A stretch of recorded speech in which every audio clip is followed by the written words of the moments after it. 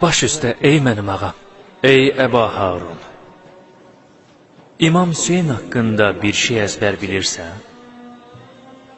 Bəli, sənə fəda olum, çox şeyləri əzbər bilirəm. Mənə bildiklərindən bəzisini danış. Ətrafa baxdı, görmədi piru cavanları, baxdı müxatəb etdi qum üstə yatanları. Yox, Əba Harun, mənə oxuduğunuz kimi oxuyun. Esselamu aleykə ya Əba Abdillah, ya garibel vətəbən, ya aziz az-Zahra.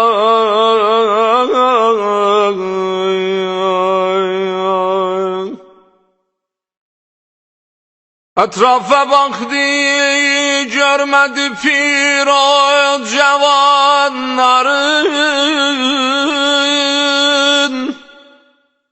baktı muhatap etti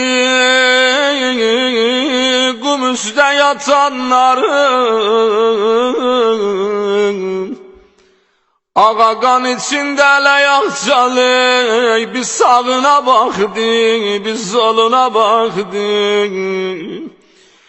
Ey qana qərq olan şühəda, səs verin mənə.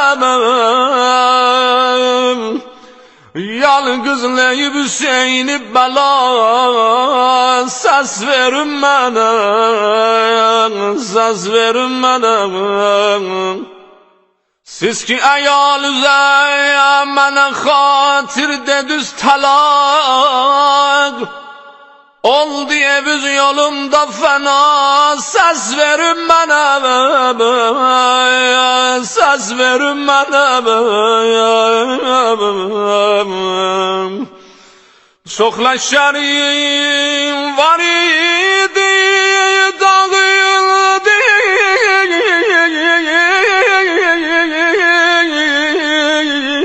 geçen gece. Siz getmədiniz ey əhl-i vəfa, səs verin mənə. Ey Əba Harun, hər kəs Hüseynin haqqında bir şey deyib ağlıya və 10 nəfəri ağlatsa, cənnət onlara vacib olar. Hər kəs Hüseyin haqqında bir şey deyib ağlıya və 5 nəfəri ağlatsa, cənnət onlara vacib olar.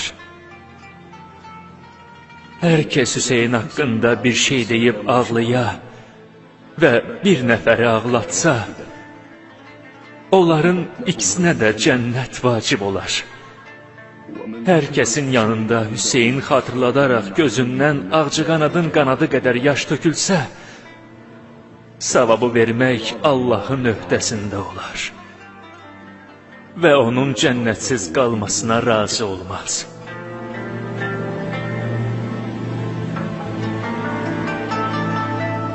İşim bitti.